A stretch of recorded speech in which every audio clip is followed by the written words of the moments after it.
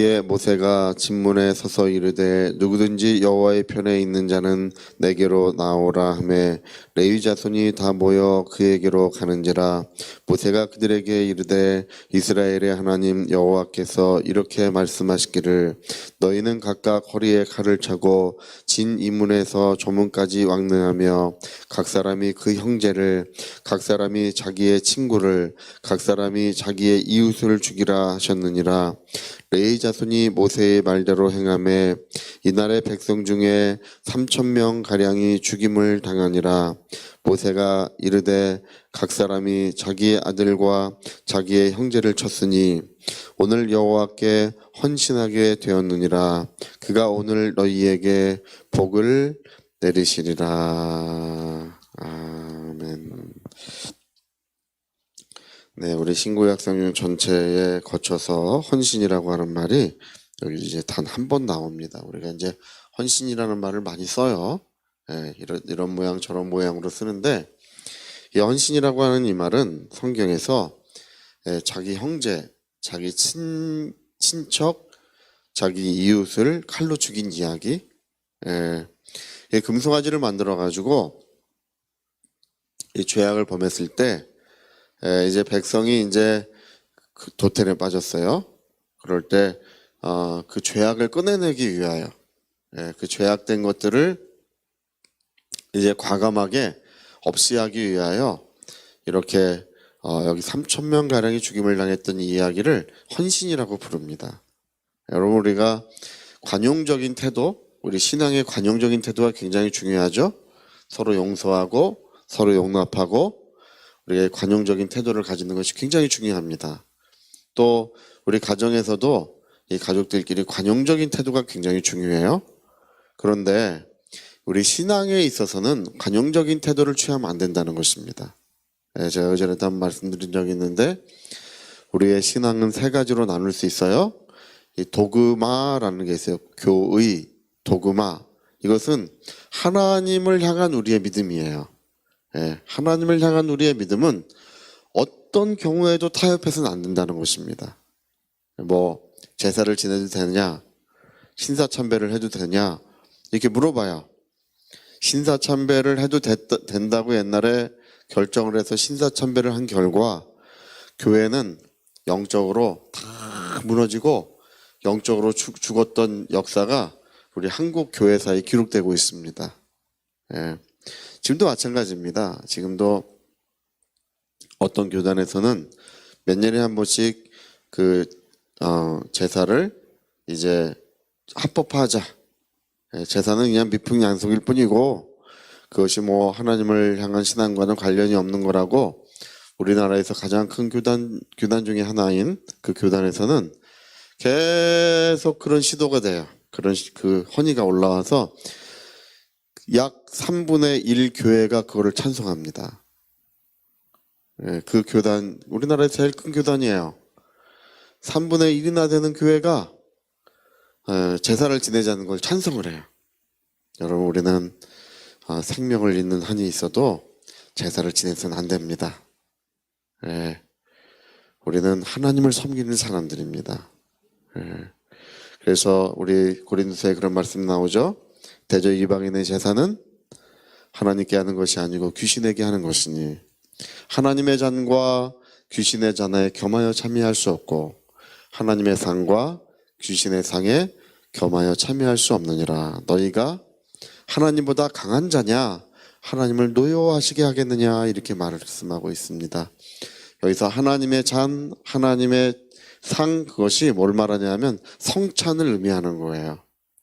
그리스도의 생명에 참여할 수 없다는 뜻입니다. 그게 여러분, 제사를 지내는 사람들은 그리스도의 영원한 생명에 참여할 수가 없는 거예요. 없다고 성경에 기록되어 있어요. 그럼에도 불구하고 오늘 많은 사람들이 3분의 1이나 되는 교회가 그걸 찬성하면서 계속해서 그걸 합법화하자고 계속해서 헌의를 올려요. 여러분, 오늘 우리가 타협해서는 안 되는 것, 목숨을 잃어도 타협해서는 안 되는 것, 생명을 잃더라도 우리가 지켜야 하는 것이 있다는 것입니다. 오늘 우리가 읽은 이 말씀은 그걸 의미하고 있어요. 도구마가라고 하는 하나님을 향한 우리의 신앙은 우리의 생명을 잃어도 그 믿음을 지켜야 합니다. 예, 믿음과 생명 중에 무엇을 선택할 것이냐? 네, 어떤 경우에도 우리는 믿음을 선택합니다. 예. 그리고 이제 독트린이라는 것이 있어요. 교리, 각 이제 그 신앙, 우리 하나님을 향한 신앙이 아닌 교리적인 것이 있어요. 예를 들어서 뭐 예정론인지 자유의지론인지 그 상관없는 것입니다. 교리는 관용적인 태도를 취해야 돼요. 예, 그걸 가지고 뭐 교리를 마치 하나님을 향한 신앙인 것처럼 그걸 뭐 그것 갖고 싸우고 뭐 다투고 그럴 필요가 없는 거예요. 예, 또 뭐 장로제인지 회중제도인지 예, 여러분 순복음이나 침례교는 회중제도를 채택하고 있어요. 예, 장로제도가 아니에요. 그거 아무 상관없는 거예요. 세례를 줄 것인지 침례를 줄 것인지 그것이 하나님을 향한 신앙과 관련이 없어요. 있는 것처럼 생각되지만 그렇지 않습니다. 그래서 고린도전서에 보면은 내가 아무에게도 세례를 베풀지 아니한 것을 하나님께 내가 감사한다. 나는 세례를 베풀기 위하여 부르심을 받은 자가 아니고 복음을 전하기 위하여 부르심을 받은 자고 단 몇몇 사람들에게만 내가 세례를 베풀었을 뿐이라고 사도 바울이 그렇게 기록합니다. 그게 하나님을 향한 신앙과는 관련이 없다고 되어 있는 거예요. 여러분, 예, 세례도 물을 뿌려도 하나님이 인정하셔요. 그걸 아셔야 됩니다. 오늘 아주 뭐 고집스럽게 뭐 침례만 옳다, 뭐 물에 담궈야만 하나님이 인정하신다고 주장하는 분들이 있는데 그렇지 않아요. 예, 그렇지 않다는 것이 기독교 역사에 증명된 바예요. 지저스 이렇게 부르죠?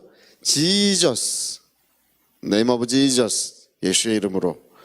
지저스라고 하는 발음이 어디서부터 났는지 알 길이 없어요. 이 예수, 원래 스 발음이 좀 붙어야 돼요. 예수님의 이름을 우리 예수의 이름으로 구원받잖아요. 그럼 여러분 지저스의 이름으로 구원받는 사람은 뭔가요? 지저스라고 하는 발음이 옳지 않아요. 예수 이렇게 스자가 좀 붙어야 돼요. 예수, 원래 이게 발음이에요. 근데 지저스를 발음하든지 예수라고 발음하든지 아무 상관이 없어요. 하나님이 다 인정해 주시는 것입니다. 그게 독트린, 교리적인 거예요. 그거는 하나님께서 여러분 우리의 신앙도 우리의 그 교리적인 것은 하나님이 100% 다 인정 안 해요.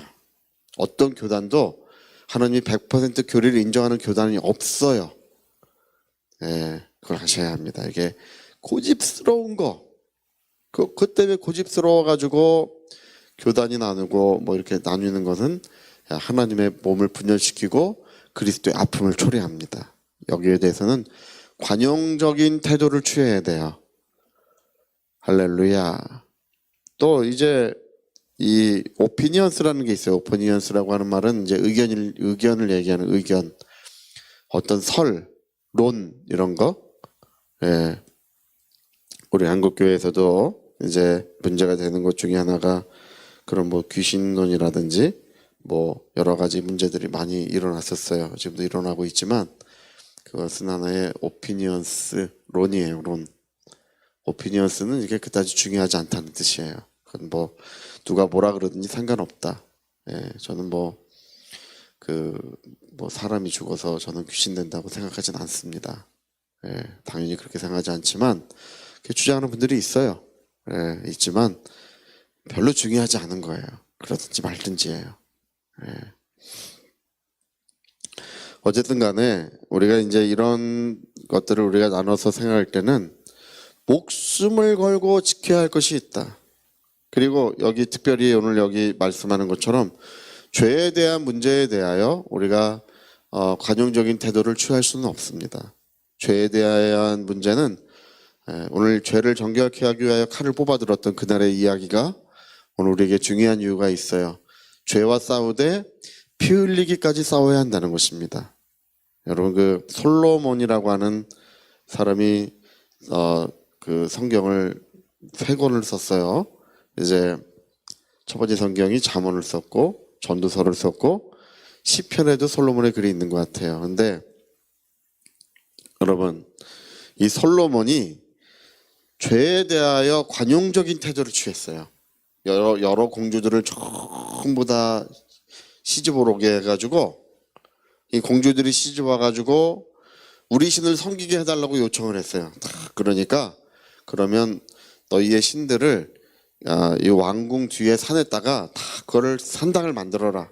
그래가지고 여러 나라에서 시집 온 공주들이 왕궁 뒤에다가 자기의 산당을 만들고 자기의 신을 섬겼어요. 네. 그게 요시야 왕 때까지 그게 가요. 이스라엘 유다의 전 역사가 솔로몬 때 만들어진 신당 때문에 얼마나 괴로움을 받았는지 몰라요. 여러분 죄의 습관을 한번 들이면 괴로움을 받게 됩니다. 죄의 습관을 끊어버리기는 피 흘리기까지 싸워야 돼요. 할렐루야. 죄에 대하여는 관용적인 태도를 취해서는 안 된다는 것입니다.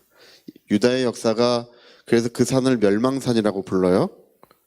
그 공주들이 만들어 놓은 산당을 왜 허물지 못했냐 하면 허물었다가는 그 이웃 나라들이 가만히 안 있는 거예요. 자기의 신을 허무는 거기 때문에. 감히 우리의 신을 허물어? 그러니까 요시야 왕 때 그 산당을 허물고 신들을 다 허물 수 있었던 이유는 그 이웃 나라들이 그때 다 쇠퇴했어요. 아수르, 바벨로니아 이런 나라들이 일어나면서 강력한 국가들이 일어나면서 그 나라들을 주변 나라를 전부 점령하기 시작했어요. 그러니까 비로소 그걸 허물 수 있게 됐어요. 그 유대의 역사 동안 여러분 죄의 습관을 몸에 익히게 되면 경건하지 않은 습관을 익히게 되면 전 인생의 하나님의 임재와 영광을 온전히 경험할 수 없게 됩니다. 전 인생에 거쳐서 그 하나님의 충만한 사랑과 은혜가 이루어지지 못하는 그런 안타까운 일이 실제로 일어나게 됩니다. 그래서 오늘 이 아픔, 죄를 끊어내는 것은 아픔이 있어야 돼요. 팔을 잘라내라. 오른손이 범죄케 하거든. 오른손을 잘라내라. 내 오른손을 자르진 않아요. 그러나 그런 아픔, 다리를 잘라라, 눈을 빼라. 눈을 빼는 것 같은 아픔, 이 아픔을 통해서만이 죄의 습관은 우리에게서 이렇게 그걸 해결할 수가 있어요. 이 아픔이 없이는 죄의 습관은 해결되지 않습니다. 그래서 오늘 여기 헌신이라고 하는 이 말은 죄를 정결케 하기 위한 아픔을 얘기하는 거예요. 오늘 여러분 우리가 죄를 정결케 하기 위한 십자가에 못 박는 것 같은 이런 아픔의 시간이 있어야 합니다. 그래야 다시금 하나님의 영광, 하나님의 온전한 사랑, 그 충만함이 이루어질 줄로 믿습니다. 우리 하나님의 은혜가 충만하시기를 부탁드리겠습니다. 자, 우리 같이 한번 기도하시겠습니다. 오늘 기도하실 때 타협함이 없는 신앙, 그거는 교리적인 문제가 아니라 하나님에 대한 신앙의 문제예요. 하나님에 대한 우리의 신앙과 믿음은 어떤 경우에도 타협함이 없어야 된다는 것입니다. 또 죄악에 관한 문제도 우리가 타협함이 없어야 돼요. 정말 우리 하나님 우리의 영혼이 거룩하게 하시고 진리에 서게 도와주시옵소서. 통성으로 기도하시겠습니다.